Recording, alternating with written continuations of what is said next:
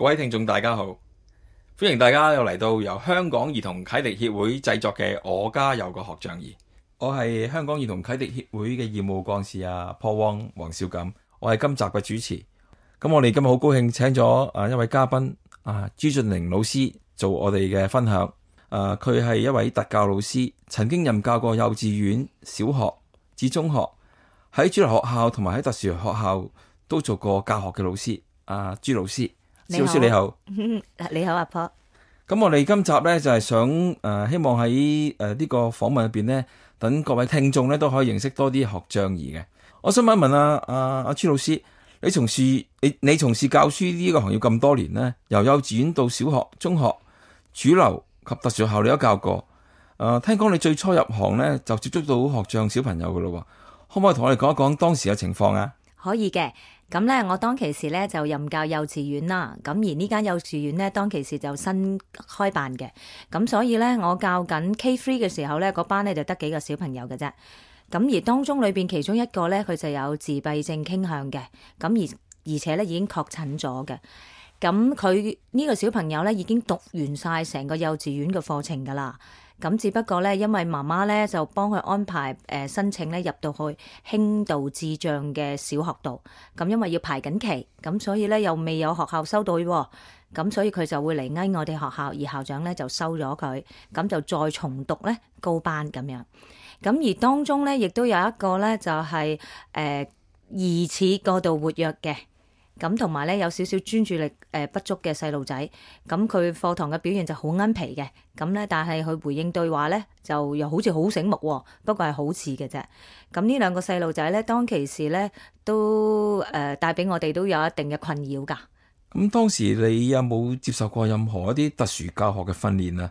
同埋你會唔會覺得好吃力咧？吃力係一定有嘅，因為我哋嗰個年代咧去教幼稚園咧係未使需要一啲訓練嘅，咁好後生咁就入去教啦。咁而當其時我又唔知咩叫做自閉症㗎，咁嗰個小朋友個有自閉症嘅細路仔咧，佢上堂嗰陣時候係點咧？坐下，突然間就跑去個玻璃窗嗰度，咁啊拎捉住晒啲欄杆，咁就望住街下邊啲巴士係咁望住啊，啲車啊係咁望住啊，巴士車咁樣係咁講嘅。咁咧，如果你嗌佢翻過嚟啦，佢坐喺嗰度咧，佢就會咧用雙手揞住隻耳仔啊。有陣時候咧就會望住你，係咁講嘢。咁講啲咩咧？就係啲電視裏邊賣廣告嘅嗰啲內容嘅。咁你基本上咧，佢係唔能夠好知道你教緊啲乜嘢。不過你唔好以為佢冇聽書㗎喎，如果你能夠令到佢即係專注翻喺你個內容裏邊咧，我哋捉佢默書咧，佢又默到出嚟㗎喎。咁而另外嗰個疑似有過度活躍嗰個細路咧，佢又係不停係咁周身喐嘅。咁不過咧，佢就好似好啲，就係點咧？就係佢淨係會撩同學仔講嘢啊。咁有陣時你問佢問題咧，佢都會講好多嘢㗎。不過如果你細心啲聽佢啲內容咧，因為已經高班㗎啦，佢係唔對題㗎。佢其實咧唔係答緊你啲題目㗎。不過如果你係普通一個大人，見到佢咧，你以為佢好醒目，因為不停係咁講嘅。咁高班咧，我哋係預計佢已經由1可以數到100。咁但呢個細路咧，佢係唔能夠順序由1數到10嘅。咁所以嗰陣時我哋都已經話，佢一定係有唔妥噶啦。咁但係咧，如果你話正如我頭先講啦，好似普通人咁望落去咧，你會覺得佢好醒目嘅，因為佢把口仔咧唔停嘅，不停講咁樣咯。咁後來你係經啲咩途徑去接受一啲特教老師嘅訓練呢？嗱，因為我入行嗰個年代咧就唔似而家啦。咁其實咧，我後尾我就轉咗去教小學，就教私立小學嘅。咁其實當其時我都未有一啲好專業嘅教學訓練嘅。咁直至到我真係入到去師範教育學院嗰度去接受訓練嘅時候。咁每一年咧，學校裏邊、教院裏邊都會安排咧，我哋會去參觀一啲特殊學校，同埋咧會有一啲細嘅科目仔咧，會提到特殊教育嘅。咁由嗰陣時開始咧，我就會對呢個特殊教育呢一個範疇嘅所謂嘅東西啦嚇，我就會好有興趣嘅。咁但係你話個訓練係咪好專業啊？咁其實都唔係嘅，只不過係我每一年都分別去到唔同嘅特殊學校裏邊去參觀。我會因為我之前曾經接觸過有呢啲特殊需要嘅細路仔，所以呢，我就會對嗰啲特殊學校就特別有感覺。咁由嗰陣時開始呢，我就會專注喺呢個特殊教育嘅範疇裏邊咯。咁但係都未係好正規嘅接受訓練嘅，直至到呢，我去咗正規學校裏邊去教書，喺在職嘅裏邊去接受一啲嘅培訓。咁而去到今時今日就接受咗一啲嘅專業嘅特殊教育訓練咯。其實有咩原因咧驅使你咧係要即係專注喺呢個特殊教育呢方面做老師咧？就正如我頭先講啦，其實喺我個人經驗，我細細個即係做幼稚園教師嘅時候咧，已經有咁嘅機遇接觸到呢啲小朋友。當其時咧，完全唔識處理，淨係一味靠惡，兼且咧就我都有好有情緒㗎。我記得當年咧嗰個自閉症嘅細路仔咧，其實因為我自己都細，我處理佢嗰陣時候咧，我都唔識，我淨係一味識得管，即係用一個懲罰方法，或者係有陣時候都會同佢玩嘅。不過咧就管啊鬧啊居多。咁我就發覺，因為有呢個小朋友喺度，引致到咧我其他嘅細路仔嘅課堂咧就出現一個好大嘅課堂問題。我教唔到書啦，我唔能夠將一啲好好嘅教學環境俾到嗰啲細路。我記得我當年咧，雖然我自己都係10幾歲嘅咋，我直情係走到去校長室裏邊，我去同校長質詢嘅。我就問校長：我點解要收一個咁有問題嘅小朋友咧？嚇，因為你收咗呢個咁有問題嘅小朋友入嚟，就會影響咗其他所謂正常嘅細路仔嘅課堂啦。咁事隔咗，我覺得我記印象中係可能唔知幾個禮拜，咁突然間有一日，呢個自閉症細路仔嘅媽媽對住我當其時10幾歲嘅一個所謂嘅老師啦，係對住我一邊喺度喊，一邊去多謝我去照顧佢個即係佢個仔，多謝學校肯收佢個仔讀書，以至到佢每一日能夠有幾個鐘頭可以咧放鬆下自己。佢真係無能為力，由朝到晚咁樣去處理呢個佢自己嘅親生嘅仔。其實呢個媽媽嗰個反應咧，對我嚟講係我到今時今日都好深刻嘅嚇。咁而亦都令到我去明白。嗱，我當其時唔識點處理，不過我回想翻嘅時候，其實佢媽媽對我一啲嘅呢一個嘅反應咧，令到我好多嘅反省嘅。究竟我咁樣去投訴係啱定唔啱咧？其實對於嗰啲細路仔，即係大班嘅細路仔嚟講，我呢個行為係咪真係幫緊佢咧？其實我自己都唔知嘅。咁所以你問啊，點解我會對特殊教育咁有興趣啊？點解投身落去啊？咁其實喺我教幼稚園嗰時候已經落咗啲種子㗎啦。10多年嘅老師生涯入邊咧，你其實接觸過有邊啲類型嘅特殊教學需要嘅學生咧？哦，都真係多㗎喎。嗱，你唔介意，我可以逐一數俾你聽嘅。嗱，其實有自閉症嘅細路仔啦，有過度活躍症嘅，咁有聽力有問題啦，視力有問題嘅，另外亦都有讀寫障礙啦。有輕度智障，我亦都服侍過有一個係中度智障嘅。咁如果你話細心啲講咧，我諗除咗肢體殘障嘅我冇教過之外咧，其實教育署裏邊提到嗰8大類裏邊，我都有教過下嘅。對於即係特殊教育嗰個存在咧，你有啲即係你冇咩睇法咧？即係特教係咪一種先行研究同埋個試驗嚟嘅？同埋佢個應用喺主流教學上邊，你又覺得有咩睇法咧？嗱，我理解你頭先講嗰個特教咧，就可能係叫特殊教育學校啦，嚇咁樣。咁其實我自己個人啫，我係絕對贊成喺個社會上邊係要有特殊教育學校存在嘅，因為有一啲嘅個案呢，佢基本上係喺主流學校裏邊好難處理嘅，例如中度智障啦，或者嚴重智障呢啲細路仔，同埋有一啲呢，我之前服侍嘅其中有一間呢，佢係接收一啲多重殘障嘅，即係一個細路佢有過度活躍加中度智障。咁其實你喺主流學校裏邊，你冇咁嘅空間，無論係時間啦或者課程啦去處理佢。咁所以我自己個人認為咧，特殊教育學校係有意義同埋必須要存在喺個社會上邊。咁而喺特殊教育學校裏邊咧，因為喺嗰個教節比較鬆動，同埋嗰個課程嗰個緊迫性咧冇咁嚴，即係冇咁緊迫咧，咁會多翻啲時間咧，我哋會去訓練個細路仔咧嗰一啲嘅個人自理啊，同埋一啲嘅社交啊技能啊，咁而呢一啲咧，其實喺普通學校裏邊都要教嘅，只不過咧係個時間真係實在太緊迫。咁好多時候咧，令到啲先生咧都忽視咗。咁我好記得咧，嗰陣時候我喺間特殊學校裏邊咧，其實佢都係輕度嘅啫。不過佢得輕度得嚟咧，佢有少少自閉傾向。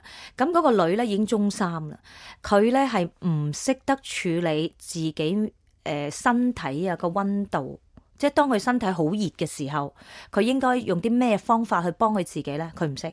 佢第一件事就係除衫。佢已經中三，因為佢有自閉症傾向，佢唔識表達，佢就無論前面有男定係女，佢就係咁揭起條裙，係咁除噶啦。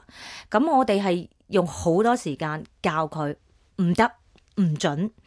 無論我哋用好多手勢啦，或者係用除咗講解之外咧，我哋係用好多次嘅重複法演練啦，幫佢。咁然之後佢開始學識到，唔好啦，唔可以揭起條裙，唔可以除衫啦。但係因為我哋嘅校服係白色噶嘛，佢就咁咧，下一次咧好熱啊，又係佢就揾樽水係咁淋自己，結局又係透晒啦。咁啊又再教啦，唔得，咁啊教佢點樣做啦。咁其實可以教嘅，不過用嘅時間就好長咯。咁你諗下啦，喺正規學校裏邊，你根本冇咁嘅空間去處理。咁所以我覺得特殊學校係存在喺個社會上邊係有意義。咁而你頭先就話啦，咁嗰一啲嘅特殊教育嘅一啲嘅技巧啊、方法啊，其實可唔可以用翻喺主流學校度？咁其實係可以嘅，不過咧就要視乎老師啦，佢哋喺嗰個對嗰個學生嘅敏感度上邊。嗱，例如好似我啦嚇，因為我自己接觸呢啲細路仔比較多嘅。咁我做中一班主任嘅時候咧，其實好多時候我一返到嚟每朝早咧，其實就反而唔係會處理佢哋啲功課嘅。我首先就會處理，我會先去觀察佢哋啲校服啊、頭髮啊、塊面啊。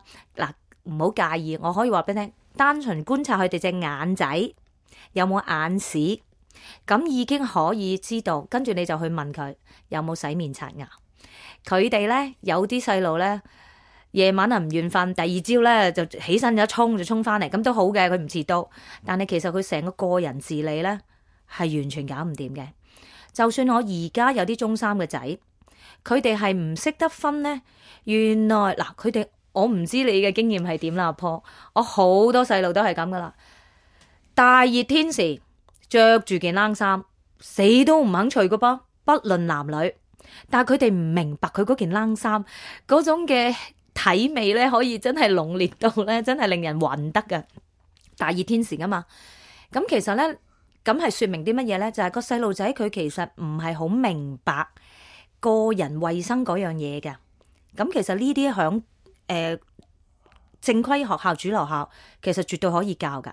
但係而家咧，我發覺有一樣嘢咧，好得意嘅就係，無論係阿爸阿媽咧，就會覺得呢啲先生會教啦。但係啲先生就會覺得呢啲嘢梗係喺屋企教噶啦，咁結局兩邊咧都冇人教嘅，咁啲細路仔咧就亂晒龍嘅。其實啲個人自理啊，或者對待啲同輩相處啊，呢啲嘅態度回應啊，其實都相對嚟講係差嘅。咁但係呢啲都可以喺主流學校裏邊做到嘅。咁同埋你都會知道啦。咁其實主流學校裏邊，因為融合教育底下咧，佢哋都有啲撥款啊剩。咁其實有一啲嘅方法咧，因為我哋嗱，舉例我哋學校都會有請 TA 去幫一啲有特殊教育需要嘅細路仔嘅。咁或者我哋會同佢行一啲嘅紀律訓練啊，同埋咧會有一啲嘅獎勵計劃啊咁。咁其實如果嗰個助教佢同個細路仔嘅關係建立得好咧，咁其實都可以喺呢方面咧去額外再訓練個小朋友咯。咁所以我覺得呢啲所有嘅技巧，如果喺主流校裏邊都可以用得翻嘅。好多謝阿朱老師咧，頭先講咗即係你一啲經驗啦，同埋啲分享。咁我哋停一停喺度先。各位觀眾，你哋好，我係香港兒童啟迪協會嘅義務總幹事黃少金阿婆，我係今集嘅主持，歡迎大家收聽我家有個學障兒。我哋今日邀請到嘅嘉賓係朱峻鈴老師，老師你好。你好。咁我哋今集咧嗰個內容咧，主要講係即係學障兒童咧，除咗成績以外咧，仲有嘅問題。咁我想第一個想問下朱老師嘅就係，作為老師咧，你見證咗學生嘅成長啊，由小到佢哋大，佢哋都會遇到唔同嘅轉捩點嘅，由幼稚園到小學，小學到中學，固然係一個好重要嘅轉捩點啦。但係對於有學障嘅小朋友嚟講，佢哋會唔會有更加多嘅轉捩點同埋啲關鍵位咧？喺我接觸嘅有學障嘅細路仔裏邊啦，有特殊教育需要嘅細路仔裏邊，其實我嘅觀察所得咧係，佢哋同一啲普通嘅細路仔一樣，都係要經歷人生唔同嘅階段。只不過我自己經驗到嘅就係，當佢哋去經歷每一個階段咧，需要嘅時間咧，相對係比起一般嘅細路仔咧係嚟得長嘅。咁點解我咁講咧？其實當你一路問嘅時候，我腦裏邊已經諗起我其中一個細路。咁我當年喺一間特殊學校裏邊教啦。咁佢係一個自閉症嘅細路嚟嘅。咁佢已經係中一。咁其實咧，通常個細路仔喺小學嘅階段咧，嗰個同輩咧，即係講緊係可能係，就算大家都係男仔咁樣，會黐埋一齊玩啊，好親密啊，一齊去即係成日一齊嘅，去邊度都一齊嘅。咁而當其時呢一個自閉症嘅細路仔咧，佢已經中一，但係佢仍然咧有一個位咧，就係佢會黐住佢一個其中一個佢好中意嘅男同學，佢係仔嚟嘅。咁佢中意到一個地步點咧？佢係成日會得閒咧就會捉住嗰個人啦。另外咧，佢又會咧跟人哋翻屋企啦。試過有一次咧，就係直情係放學嘅時候咧，係咁跟住人哋坐巴士啊，跟到人哋翻到屋企樓下，要人哋嘅家長咧打電話嚟學校投訴嘅。咁其實呢個小朋友咧係佢乜嘢都唔驚，乜嘢都唔怕。佢唯一咧最怕你就係點咧？放學留去堂，原因係咩咧？就係佢唔可以同個同學仔一齊放學啫。咁其實呢啲階段咧，即係好坦白，去到中一咧係已經好少，即係喺主流學校裏邊好少會面對到噶啦。咁因為其實佢未過渡到咧，就係其實喺小學我哋通常就已經會教佢哋咧嗰個嘅分離嘅，嗰個所謂嘅分離咧就唔係生離死別咁樣，只不過係話同學仔翻屋企喎，咁第二朝咧我哋會再翻嚟學校裏邊一齊嘅，咁我就會有同伴嗰樣嘢。咁但係我哋每日完咗我哋嘅學習，亦都會分別再翻去自己嘅屋企裏邊生活。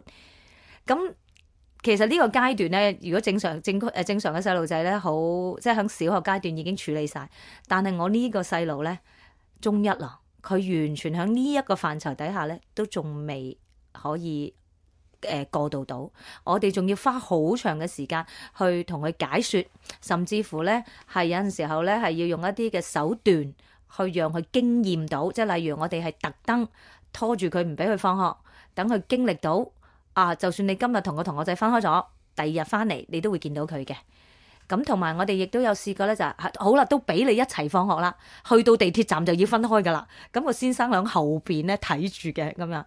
咁所以其實我個經驗裏邊話俾我聽就係，啲細路仔都一樣會經歷過嗰啲嘅階段嘅，只不過咧佢係需要更長嘅時間咯。咁所以我覺得佢哋一啲嘅階段性咧係會比正常嘅細路仔係會拖長嗰個時間去經歷嘅。咁其實除咗成績嗰啲困擾之外咧，仲冇咩其他因素同埋呢啲問題咧，會影響到呢學習障礙嘅兒童㗎？例如佢哋嘅行為問題啦、專注力啦，同埋自信心。你問成績係咪直接影響佢哋嘅？跟住就再問係咪佢哋啲自信心啊、行為問題啊會繼續影響佢哋？其實好多時候咧，我諗我可以分唔同嘅學校層面去講俾你聽。如果喺主流學校，而佢又未診斷，只係純粹係疑似個案咧，咁我就可以大膽咁話俾你聽，因為無論係老師或者個細路，佢都係疑似個案，未係一個確診個案。咁即是話咧，大家就當佢係一個正常嘅小朋友去看待。咁但係其實佢可能佢裏邊真係有呢一個缺失嘅。舉例佢係專注力失調咁樣啦嚇。咁我話俾你聽，我之前有個細路就係咁樣噶啦，佢係過度活躍嘅，其實佢係專注力失調嘅。咁基本上坐喺班房裏邊咧，從來坐唔定嘅。講緊中學噶啦喎，2、3下咧就周身喐，跟住咧有陣時候咧真係搞唔掂咧，就要起身啊，行去窗嗰度。咁問題你知香港地嘅中學噶啦，咁就好追求咧學科成績嘅。咁你諗下啲老師邊度忍得啊？你又要咁趕課程，結局就會覺得呢個細路仔啊搗蛋啦。OK，咁同埋你諗下，一堂係40分鐘，隨時去到中學阿媽堂就80分鐘。你有一個咧疑似過度活躍嘅細路仔，80分鐘唔講嘢，坐定定同你做，真係你都想象到咩事噶啦。咁好啦，咁個老師咧就會認定佢有紀律問題。咁佢有紀律問題，兼且就會罰佢。罰完佢之後咧，就自然會出現嘅乜嘢咧？就會係學業成績問題，因為你成日喺課堂都上唔到堂，係咪？咁成績有問題，成績有問題，紀律有問題，兼且跟住翻去就自然俾阿媽鬧。通常呢啲細路仔咧就自信心都唔 OK 嘅。同埋你留意下咧，佢哋好多時候咧，佢哋嗰啲嘅詞彙描述咧都好負面嘅。我係好記得，我當年咧，我要去處理一個咧有過度活躍症嘅細路仔，佢每一次咧都係嗌人你去死啦，即係負面嘅。跟住咧，我話咁你點解可以咁樣㗎？我話咁你又覺得自己點？佢話我都係垃圾嚟㗎啦，即係佢唔係淨係話人㗎噃，佢話自己都係嘅。我記得我係用咗一段好長嘅時間咧，係每日。我其實唔多㗎，每日訓練佢要去寫5個正面嘅詞語嘅啫，去欣賞自己㗎。你知唔知嗰5個詞語啊？佢坐喺半個鐘佢都寫唔到出嚟，佢已經講緊係中2㗎啦。咁可想而知咧，因為佢嘅從佢呢一個行為本身，亦都話到俾你聽，佢其實成個自信心都冇晒嘅嚇。咁呢個就所以你頭先嗰個問題。喺主流學校，如果係一啲咁樣嘅疑似個案咧，就真係炒埋一碟嘅。咁但係你話係咪去到特殊學校就 OK 冇問題咧？唔係㗎喎，就算自閉症嘅細路仔咧，佢只要學業成績唔好咧，佢都係唔開心嘅。其實大部分冇大部分，即係所有細路仔都中意人讚佢嘅。其實咁啊，出現一個咩情況？我有個 case 係點咧？就係佢上堂。考試㗎啦，因為佢自閉症，佢其實後邊嗰啲全部都識嘅，佢去到第3條棘住咗唔識，咁我同佢講話你唔好做第3條啦，做第4條啦，佢死都唔肯，佢棘住喺度做唔到，跟住已經夠鐘啦，咁叫做後邊嗰幾條咪全部冇做啦，然之後佢好唔開心，好唔開心，然之後不停係咁喺度喊，咁其實。說明緊啲咩？除咗佢做唔到之外，就係佢其實好介意佢自己成績㗎，因為佢平日咧啲先生咧都會讚佢啊好叻喎咁樣。其實講緊佢都中1㗎啦。咁所以其實一路影響個細路仔，除咗學業成績咧，其實佢個自信心，因為其實可能係呢個係社會，即係我哋香港社會成日傳遞嘅 value 嚟嘅，即係個價值就係你嗰個學業成績反映到你嘅能力，咁而啲先生亦都會透過你嘅學業成績去讚賞你，咁所以其實呢啲係好直接影響到個細路仔嗰個自信心咯。其實不同類型嗰啲嘅學障小朋友咧。佢有冇啲即係好特別獨特嘅困難啊？例如可唔可以舉啲例子嚟聽下？嗱，我之前一路都同你分享自閉症啊，或者過度活躍症。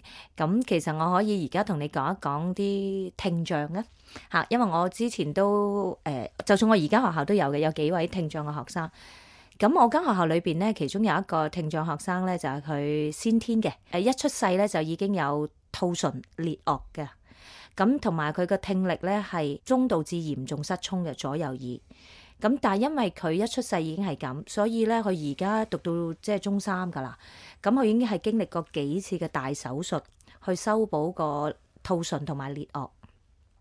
咁而都因為咧佢個耳仔嗰度咧，佢細細個就已經咧戴助聽器，所以呢個小朋友咧，佢相對嚟講咧係比較能夠接納到自己嗰個嘅殘障嘅。咁佢喺班房裏邊咧上堂咧，佢其實佢而家都係即係跟我上堂嘅。咁佢上堂嘅時候咧，佢都會答問題啊。就算咧，因為佢始終都仲有兔唇裂腭嗰個問題咧，所以佢啲發音咧係有啲麻麻地嘅，但係佢都唔驚人笑嘅。咁同埋佢都會開住個助聽器咧去聽我哋講嘢。咁但係咧，我有另外一個細路仔咧，都係聽障嘅喎。但係因為佢係咧中二嘅時候透過身體檢查咧，先至診斷到出嚟。咁啊出現一個咩問題咧？就係咁政府都好好㗎，咁咧就俾咗個人工嗰個助聽器，即係俾個助聽器佢啦。咁但係因為你都知道啱啱戴助聽器咧係需要適應啦，同埋去要揾聽力學家咧去幫佢調教嗰個音頻啊，適應佢隻耳仔嘅。但係個細路仔咧就點咧？戴咗一兩次之後咧，佢覺得唔舒服，咁啊唔戴喎。咁跟住我梗係捉佢嚟講一輪啦。佢咧就戴住，不過就刪咗佢咯。因為咧周圍嗰啲環境嗰啲噪音咧，令到佢好辛苦。咁我已經同佢講，你係即係要同爸爸媽媽即係去帶佢去聽力學家嗰度去調教嗰部機啊。調到適合佢自己，因為可以有得教嘅。咁點知係搞搞下咧，直情佢連部機都唔見埋。咁咧，所以咧而家咧個細路咧就變得單邊有助聽器啫。咁仲要咧，你要成日 check 住佢，佢隨時都幫你刪咗佢嘅噃，因為佢戴唔慣啊嘛，唔似之前嗰個。咁所以變咗佢上堂咧，嗱我哋呢啲即係對住佢慣嘅，我知道，所以我就真係咧對住佢面對面睇住我個唇嗰個發音，咁咧兼且咧有陣時候呢啲同事成日話啊，你做乜鬧佢？我唔係鬧佢啊，佢根本都聽唔到，我唯有大聲啲啦咁樣。但係因為有啲同事咧真係唔係成日對佢哋嘅，咁所以有陣時候咧都會忽略咗佢哋嘅需要，結果所以嗰堂哇佢哋叫好噶咯噃，佢其實唔係好聽到先生講乜㗎。咁有陣時候個先生再臨善啲咧，咁啊跟埋一齊去搗蛋咯。其實一般嘅小朋友咧。通常佢哋啲家長咧都有好多啲支援嘅，相信啲學障小朋友咧，其實係更加需要呢啲家長嘅支援同埋理解嘅，同埋啲鼓勵。可唔可以舉啲例子啊？係一啲家庭背景或者社經地位比較高嘅家庭，佢哋喺無論係正常嘅細路仔或者係有特殊教育嘅細路仔嘅支援方面咧，能夠支援得啲學生更加好。但係有啲比較草根或者一啲比較基層嘅家庭咧，佢哋去支援嗰啲小朋友或者正常細路仔又好，特別係有特殊教育細路仔啦，即係話一啲草根家庭已經經濟又麻麻地，爸爸媽媽又要出去做嘢，兼且個細路仲係有特殊教育需要嘅，咁呢啲家庭咧，咁嗰個細路仔出現嘅學習成績問題啦、紀律問題啦，就一定好高。因為佢家庭嘅支援對呢一類嘅細路仔咧，基本上係相對嚟講係好少好少。咁而我做咗特殊教育咁多年咧，無論喺主流學校或者喺特殊學校裏邊，其實家長個支援咧係好重要㗎。家長個支援咧係要落得適中啊！我上一次咧我都有提過，我喺嗰間特殊學校裏邊咧都有另外一個細路女咧，佢係輕度智障嘅，佢咧係女仔嚟嘅。去洗手間嘅時候，佢係門都唔閂嘅。咁好衰唔衰咧？我哋間學校個女廁咧就對正個即係走廊咁樣啦。佢係一去到就打開對門，跟住就即係除咗自己嘅內褲，跟住就去洗手間啦咁啊！即刻就聯絡家長啦。啊，點解咁咧？因為佢已經係唔知中二噶啦。咁跟住之後咧，再了解下之後咧，原來喺屋企咧，媽咪為咗保護佢咧，就講到明噶啦。無論因為媽咪驚佢咧自己一個人去處理啲事務咧搞唔掂，無論係沖涼啦、去廁所啦，或者喺房度換衫咧，都叫佢唔好閂門嘅。咁所以個小朋友咧就已經習慣咗，總之即係做呢啲嘢咧唔使閂門嘅。咁其實咧，我想講嘅係媽媽係唔需要太緊張，即係需要照顧。咁呢個咧，其實有啲咧就個爸爸媽媽過分保護嘅，但係有啲咧就真係完全冇時間理，連嚟見家長都唔會得閒嚟噶啦。你就算咧投訴啊，即係好多時候有紀律問題噶嘛，打佢啦。佢直情係講到明，即係我真係冇時間理噶啦，朱老師你幫我搞掂佢啦，咁樣係咪？但係其實個細路仔已經係由朝頭早7點幾喺我哋學校呢個環境流到6點幾11個鐘。咁其實好坦白，真係果效唔高。所以如果你屋企裏邊平日嘅日常生活啊，或者放咗學之後禮拜6日你冇任何支援再落到去俾個小朋友呢，其實就對佢嚟講就即係等於係一個好大嘅缺欠咯。喺幫助學障小朋友方面呢，係咪較多設備同埋用緊多元教學方法嘅就會更加有效呢？可唔可以請阿朱老師解釋下？嗱，其實我可以話俾你聽咧，就係有特殊教育需要嘅細路仔咧，佢的而且確咧係需要多元教學嘅方法咧，會令到佢哋會較容易去學習同埋吸收嘅。咁其實就我自己個人經驗啦嚇，我以前喺一間特殊學校裏邊咧，有一個細路仔咧，佢係有過敏嘅問題嘅嚇。咁咧就佢爸爸媽媽咧就好好嘅，就帶佢睇醫生。咁即係好似我之前講，即係家長支援嗰度啦。咁呢個家長係做得好好嘅，咁就會係帶埋個小朋友去睇醫生。咁咧就話咧醫生話佢有呢個過敏問題，咁咧就會俾咗一個咧減敏嘅嗰啲刷佢嘅。咁佢因為個小朋友有過敏問題咧，咁佢就中意成日周圍去摸嘢，令到自己有呢個觸覺嘅刺激。咁所以呢一個咁樣嘅過敏嘅刷咧，咁個家長就俾咗我哋老師啦。咁我哋就 lunch time 嘅時候啦，即係午膳時候咧，就定時定候就幫佢刷嘅。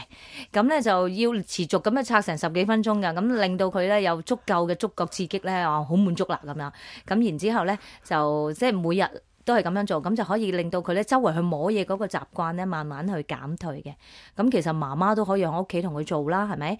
咁另外有一啲咧就係佢可能係個平衡上邊有一啲嘅困難嘅。咁其實而家坊間都好多㗎啦，有啲膠波啊嗰啲咧，咁其實你亦都可以愛嚟訓練佢嘅。咁另外就係你講嘅多元教學啦，除咗設備啊、措施之外咧，就係教學方面。咁其實我之前講緊特殊教育咧，學校裏邊咧有個自閉症嘅細路仔啦，佢對聽覺個理解咧個敏感度係唔高嘅，咁咧佢就即係對視覺嗰個反應就高啲。咁所以我哋就會教個媽媽咧，就成日咧帶住張卡嘅，咁咧就一有咩事咧就寫卡啊畫公仔咧，然之後擺喺佢嘅眼前邊，咁佢睇到咧佢就識得俾翻個反應你嘅。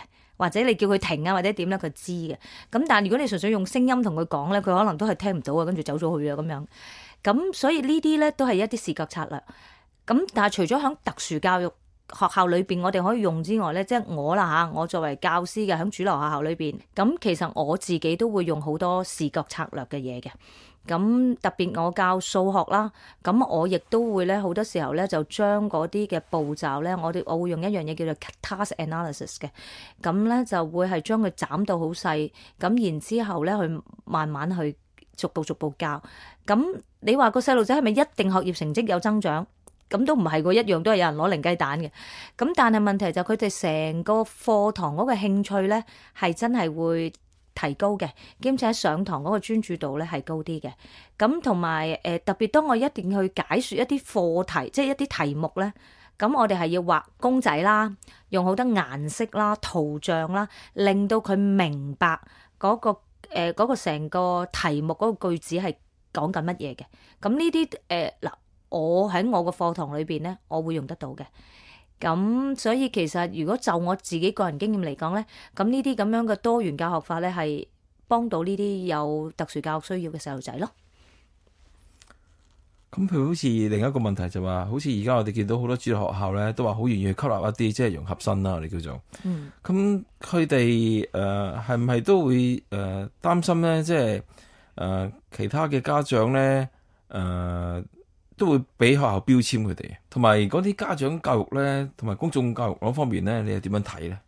的而且確咧，都仲有一定嘅老師或者校長，嗱呢個講緊我個人經驗嘅嚇，即係可能會同我分享咧，就話：哇，收咁多融合教育生，咁人哋會唔會話我哋間學校變咗做特殊教育學校㗎？咁到期時稍為成績好啲嘅啲學生都唔，啲父母都唔會揀啲細路，即係啲細路或者啲家長都唔會揀我哋間學校嚟讀啦咁樣。咁其實佢哋嘅説話已經反映到佢哋背後嘅諗法嘅。其實你話係咪一個標籤效應？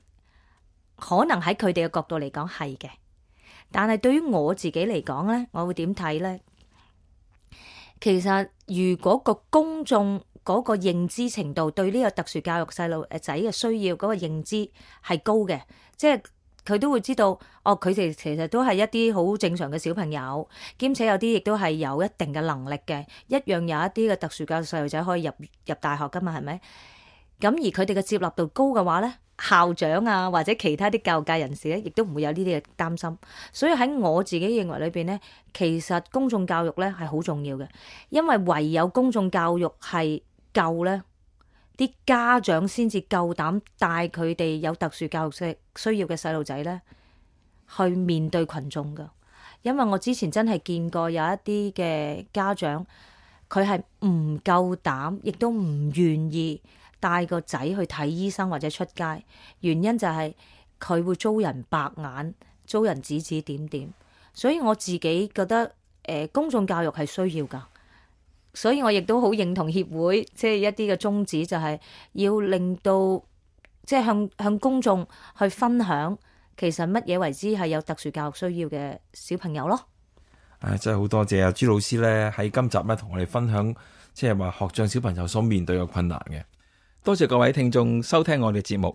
如果各位聽眾對於我哋嘅節目有咩問題同埋查詢，歡迎大家到我哋香港兒童啟迪協會 SLD2000.com 嘅網站啟學網度查詢啦。多謝大家。